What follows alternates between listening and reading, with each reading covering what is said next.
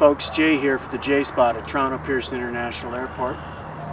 Beautiful spring day, nice and warm.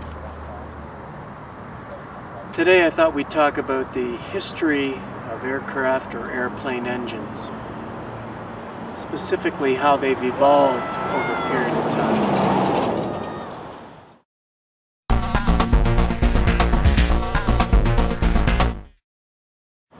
The first category is piston engined aircraft, gas piston engines. The very first plane that flew, the Wright Flyer, that flew in 1903, was a gas piston engine. The engine was very similar to what you'd see in an automobile. And basically the piston moves up and down inside the cylinder, compresses the air, is mixed with fuel, vapor, and then ignited.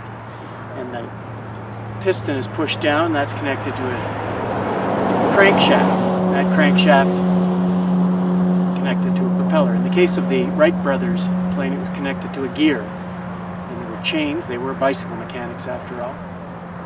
And that was used to drive two propellers. They had to build their own engine because of the fact that the automobile engines of the day were too heavy. So they built their own engine, they machined out the metal to get as much metal removed and weight as they could without it exploding when they fired it up. And that's been the history of engineering in aviation, the fact that you get as least amount of weight that you can and the aerodynamics of the aircraft as precise as you can, and you get the best flying airplane. So that was the first type of airplane engine that you saw, piston engine.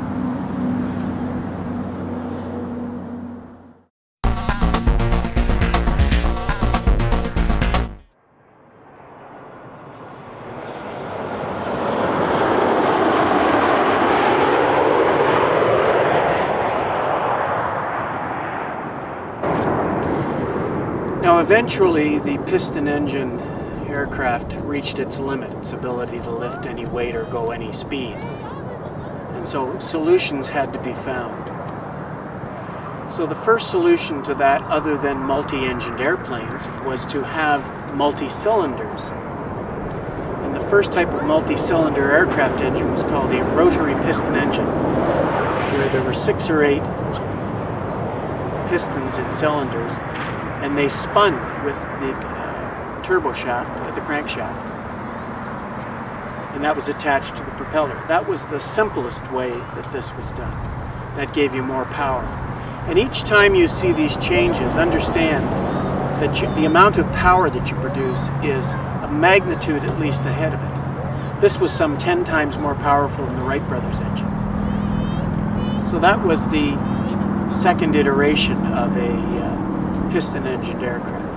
From there you went to a radial piston engine, where the engine cylinders were much larger but they were fixed, and then the crankshaft turned the propeller.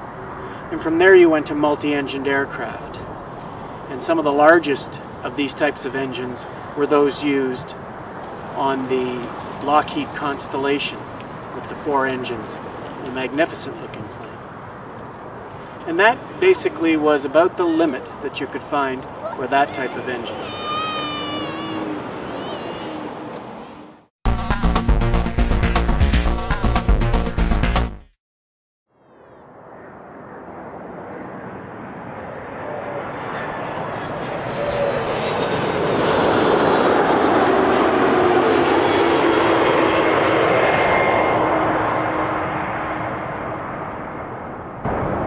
Near the end of the Second World War, a new type of engine was developed, a gas turbine engine.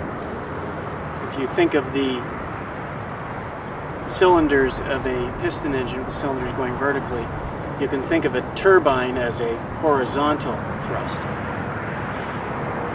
When the last versions of radial piston engines were developed, they had huge superchargers to force air into the engine. And the idea with the turboprop was you'd take a gas turbine engine, and instead of shooting a jet out the back, you'd use that power to run a propeller at the front. Because of the nature of the gas turbine, where it compressed the air itself without the need of a supercharger, mixed the fuel and air together, ignited it, produced power that ran the propeller, you had a situation where you had a much more powerful engine. And it also ran on the cheaper Jet A type fuel, which was cheaper to produce.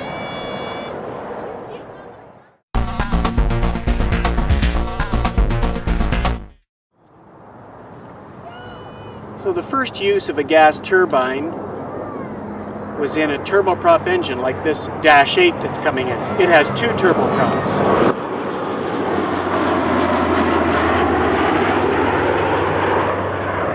You can hear the whir of the propeller and the whine of the turbine. And so our second category, number 2, is the turbojet engine. Basically a gas turbine with the jet shooting out the back, air sucked in the front, compressed, mixed with gas, shoots a jet out the back. You can think of it like a propeller engine inside a tube. And that propeller is now a fan, and that compresses the air. Then you mix it with fuel. The jet coming out the back at very high speed meant that the jet aircraft could travel much quicker than even turboprop airliners. Now, the first use of these types of engines was at the end of World War II. And there was little interest initially from airlines to use these types of engines because it was new technology. It was an unknown thing.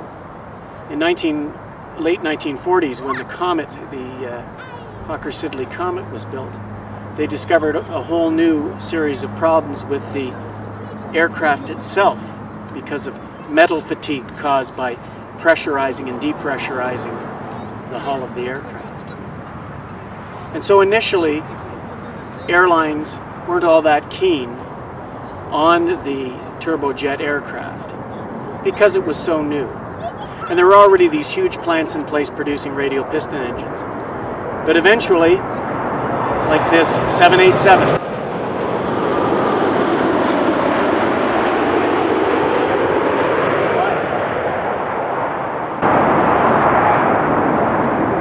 turbine jet engines came into their own. Now, if you ask the average person, why did jet engines become popular, they'd probably say, well, it caused the airplane to go quicker, 2 to 3 times faster than even a turboprop or radial piston engine with a propeller. But that's not the real reason. Remember, airlines are companies, so they have to look at the bottom line. And one of the main reasons, and there's 2 of them, that the airlines took to jet engines, first of all, was the cost of fuel. The aviation jet fuel was less expensive than avgas used in the radial piston engines at the time. But the main thing is TBO. TBO stands for time between overhauls. It was discovered that jet engines had tremendously long time between overhauls. You could run them for much greater number of hours before you had to rebuild them or overhaul them. And that was the key, eventually the key selling point. And you started to see airplanes like the Boeing 707, the Douglas DC-8 being used, and then of course the later jets that came. But that was the reason, time between overhauls. That's the initial reason why airlines took to jetliners, not because they were faster. Interesting fact.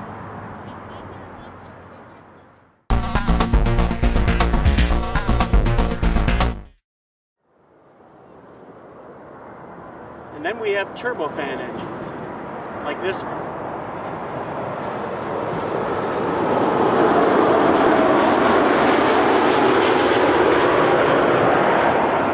It's an Airbus A330 with 2 turbofan engines.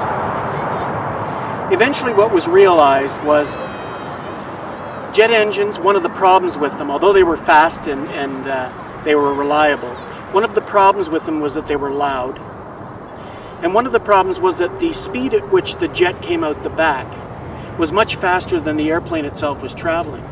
And that meant that they weren't as fuel efficient. So someone realized if you could use some of the power in a jet turbine to turn a large propeller or fan at the front and produce most of your thrust through that, you'd have a much more reliable, fuel-efficient engine. And that's how the turbofan engine was produced.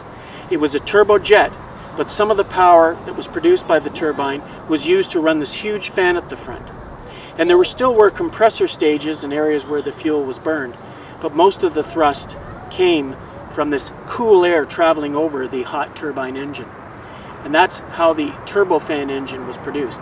And eventually you had I-bypass turbofan, the first iteration of which was seen in the Lockheed C-5A Galaxy, huge transport plane. And of course the Boeing 747. I can remember coming here as a kid and being able to hear the sound of the 747's engine, the typical whine of a turbofan, and tell it was a 747. The difference was that you got a tremendous amount of thrust from the engine. The speed at which the gas was coming out of the back of the engine was closer to the speed of the airplane, and hence the plane was more efficient.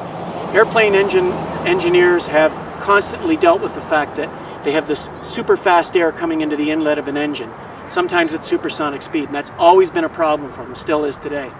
But the high bypass turbofan allowed them to produce a tremendous amount of thrust with the equivalent speed of a jet and be able to take much higher loads. That's why you see today more two-engined aircraft than you do four-engined aircraft. Because the two-engined aircraft engines, they're just so powerful, so powerful. We saw earlier